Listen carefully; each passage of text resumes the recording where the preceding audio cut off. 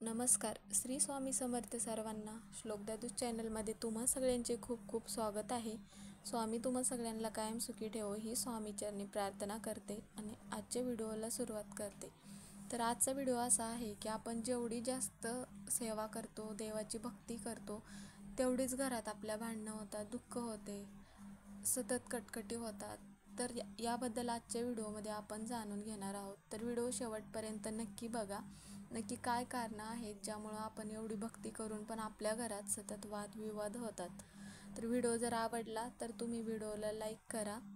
तर सगळ्यात पहिली गोष्ट म्हणजे की आपण देवाकडे सतत काही ना काहीतरी मागत राहतो आणि आपण केलेल्या भक्तीचा म्हणजेच की बॅलन्स कमी होत जातो. मग असं झाल्यामुळे आपली एखादी इच्छा अपूर्ण राहते. मग त्यावेळी आपला देवावरचा थोडासा विश्वास कमी होतो. आपण भक्ती एवढीशी करतो आणि देवाकडे खूप जास्त काही गोष्टी, मोठ्या गोष्टी मागतो.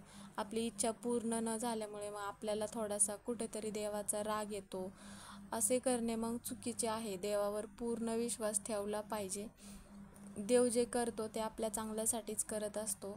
आपला देवावर एवढा विश्वास पाहिजे की देवाने आपण जे मागितलं आहे ते जरी नाही दिलं तरी पण एक ना एक दिवस देव माझी इच्छा पूर्ण करणार. हे सुद्धा आपण देवाने माझ्यासाठी काहीतरी पुढे पण चांगलं नियोजन केलंच आहे हे मग आपण आपल्या डोक्यात ठेवलं पाहिजे. त्यामुळे मग भक्ती केली पाहिजे. तर दुसरी गोष्ट म्हणजे की देवाला आपली परीक्षा बघायची असते की आपण ज्यावेळेस दुःख येणार आहे, अडचणी येणार आहेत, त्यावेळेस आपण त्या समस्यांना किती सामोरे जातो. आपण मग त्यावेळेस देवावर किती ठाम विश्वास ठेवतो हे देव बघत असतो. देवाला आपल्याला खूप काही द्यायचं असतं, पण त्यासाठी आपल्यामध्ये किती संयम आहे, किती सहनशक्ती आहे याची मग परीक्षा देव घेत असतो. देवालाही आपला उद्धार करायचा असतो, म्हणून देव आपली परीक्षा बघत असतो. उलट आपण असं केलं पाहिजे की आपल्या अडचणी वाढल्या की आपण देवाची भक्ती सगळ्यात जास्त केली पाहिजे. यामुळे काय होतं की आपली समस्या वाढली की आपण देवाची भक्ती, देवाची सेवा केल्यामुळे मग देव आपली या समस्यातून, अडचणीतून नक्की सुटका करतो. शेवटी देव आपल्याकडून कर्म करून घेतोच आणि नंतर आपल्याला मग जी गोष्ट पाहिजे, जे सुख पाहिजे ते देव आपल्याला मग नक्की देतोच. ही झाली दुसरी गोष्ट. आणि मग तिसरी गोष्ट हे आहे की जर तुम्ही सतत अदलून बदलून देवाची भक्ती करत असाल, जसे की कधीतरी तुम्ही या देवीची भक्ती केली आणि मग कधीतरी नंतर त्या देवाची भक्ती केली, तुम्ही हा नैवेद्य दाखवला, कधी तो नैवेद्य दाखवला, किंवा कधी या गोष्टीचा नैवेद्य दाखवला, कधी कोणा भक्ताकडे कधी गेलात, किंवा तुम्ही कोणत्या पंडितांकडे गेलात, त्यांनी तुम्हाला आत्ता हेच करण्यास सांगितलं आणि म्हणून तुम्ही आत्ता मग त्याप्रमाणे करू लागला, त्यांच्या म्हणण्यानुसार वागू लागला. आपल्या ह्या अशा वागण्यामुळे आणि आपल्याला ज्ञान कमी असल्यामुळे मग आपल्या जर आयुष्यात आपणच आपल्यासाठी अजून अडचणी निर्माण करत असतो. तर ह्या गोष्टी करण्यापूर्वी आपण विचारपूर्वक लक्ष ठेवलं पाहिजे की कधीही कोणा एकाच देवाची मनापासून श्रद्धापूर्वक पूजा करावी. असं आलटून पालटून, आदलून बदलून कोणत्या देवाची किंवा देवीची असं भक्ती करू नये. जो नैवेद्य दाखवला जातो तो नैवेद्य चुकीच्या गोष्टीचा नैवेद्य किंवा चुकीच्या देवतेस आमंत्रित करतो. नैवेद्य हा त्या देवांच्याच आवडीनुसार असावा. मग त्यात लाडू किंवा मिठाई, पुरणपोळी, डाळ भात, दही भात हे जे असतात सात्विक अन्न आहेत. आणि मग नैवेद्य तर ह्या गोष्टीचेही तुम्हाला विशेष ध्यान ठेवलं पाहिजे. तर ही झाली तिसरी गोष्ट. तर मग चौथी गोष्ट म्हणजेच की काही लोक काय करतात की आपल्यावर आलेल्या प्रसंगामुळे, संकटामुळे देवालाच, म्हणजे जर काय अडचण आल्या तर राग देवालाच करणार, देवाला शिवीगाळ करत असतात. काही देवता मग क्रोधित होत असतात, हे आपल्याला समजत नाही. घरामध्ये मग समस्या निर्माण होतात.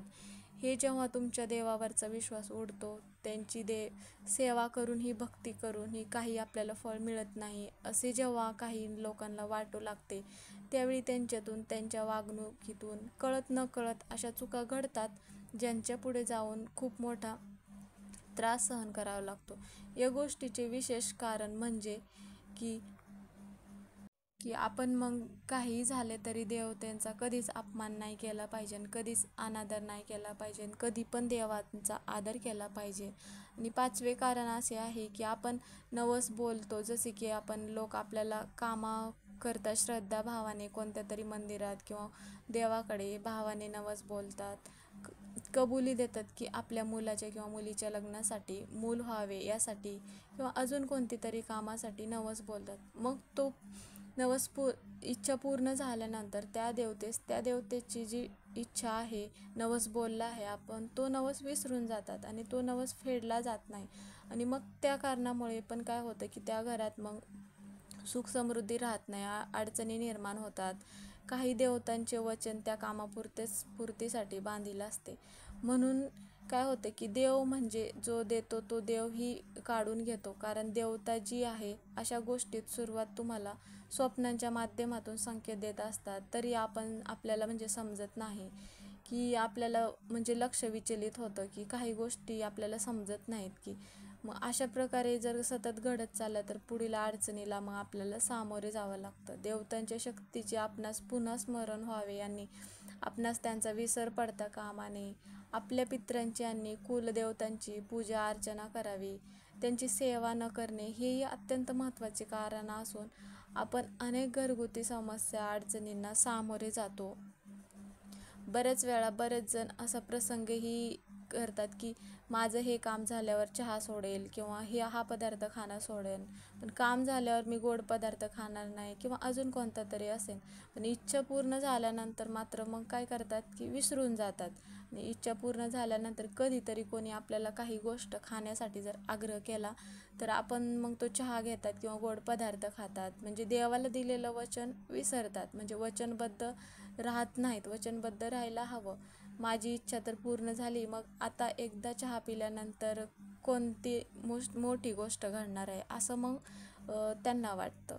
तर मग हे काय होतं की एकीकडे आपण भक्ती करतो, देवधर्म करतो, अनेक सेवा उपास करतो, तसेच देवांचे नामस्मरण करतो, तर दुसरीकडे आपण जर दुसऱ्या लोकांबद्दल म्हणा किंवा इतरांबद्दल म्हणा आपण वाईट बोलत असेल, इतरांचं वाईट व्हावं हे जर आपण सतत मग बोलत असेल तर मग त्याचं फळ आपल्याला मग मिळणार नाही किंवा कितीही देवदेव केले आपण, देवाची कृपा आपल्याला प्राप्त होणार नाही. मग त्यामुळे जर तुम्ही पूजा केली, रोज पूजा केली, नाही केली तरी तुमच्या मनात लोकांविषयी चांगले मत असले तरी दुसऱ्यांचे चांगले व्हावे अशी जर आपल्या मनात इच्छा असेल, तर दुसऱ्यांचे चांगले झाले की तुम्हाला आनंद होत असेल तर तुमच्या छोट्या का होईना इच्छा पूर्ण होतील. म्हणजेच की पूजा करून देव भेटत नाही, पण तुम्ही इतरांबद्दल वाईट बोलू नका हे असं म्हणणं असतं की. आणि मग तुमच्या घरात येणारा एखादा व्यक्ती असेल, तर एखादा पाहुणा असेल तर त्या व्यक्तीचा तुम्ही मग आदर केला पाहिजे.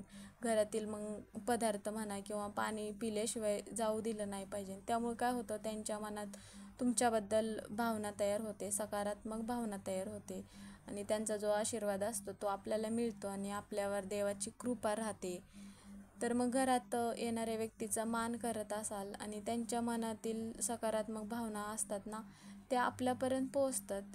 हीच भावना जर नकारात्मक असेल तर मग तुम्ही कितीही देवदेव करा, कितीही भक्ती करा, तुम्हाला मग त्या पूजेचं फळ कधीच मिळणार नाही. तर मग ह्या ज्या गोष्टी आहेत तर ह्या गोष्टी मग आपण लक्षात ठेवल्या पाहिजेत की देवाची भक्ती करत असाल आणि कितीही देवदेव करत असाल, आपण उपासना करत असाल तरी पण मग ह्या गोष्टी आपल्याकडून म्हणजेच की आपल्या घरात सतत वाद होणार, कटकटी होणार, मग ह्या सगळ्या गोष्टी वाढतच जाणार. त्यामुळे मग आपल्यावर देवाची कृपा राहणार नाही. त्यामुळे मग ह्या सगळ्या गोष्टींची आपण काळजी घेतली पाहिजेत. म्हणजेच की आपण देवपूजा कमी जरी केली तरी हरकत नाही किंवा देवदेव कमी जरी केला तरी हरकत नाही, पण ह्या ज्या गोष्टी आहेत ह्या सगळ्या गोष्टींची आपण लक्षात आणल्या पाहिजे. म्हणजेच की आपल्याकडून जर देवांची सेवा कमी झाली तरी हरकत नाही, पण आपल्याला इतरांबद्दल आदर ठेवला पाहिजे, इतरांना वाईट बोललं नाही पाहिजे किंवा मग आदलून बदलून देवांची पूजा केली नाही पाहिजे. ह्या सगळ्या गोष्टींमुळेच काय होतं की आपण किती जरी भक्ती केली तरी पण आपल्या घरात वादविवाद होणार, दुःख राहणारच. त्यामुळे मग ह्या गोष्टींची तुम्ही काळजी घ्या. तर आजचा व्हिडिओ इथेच संपला. व्हिडिओ तुम्हाला जर आवडला तर व्हिडिओला लाईक करा. चॅनलवर जर नवीन असाल तर चॅनलला मग सबस्क्राईब करा आणि मग कमेंटमध्ये श्री स्वामी समर्थ लिहायला विसरू नका. तर परत एका नवीन व्हिडिओमध्ये पुन्हा भेटू. तोपर्यंत सर्वांना श्री स्वामी समर्थ.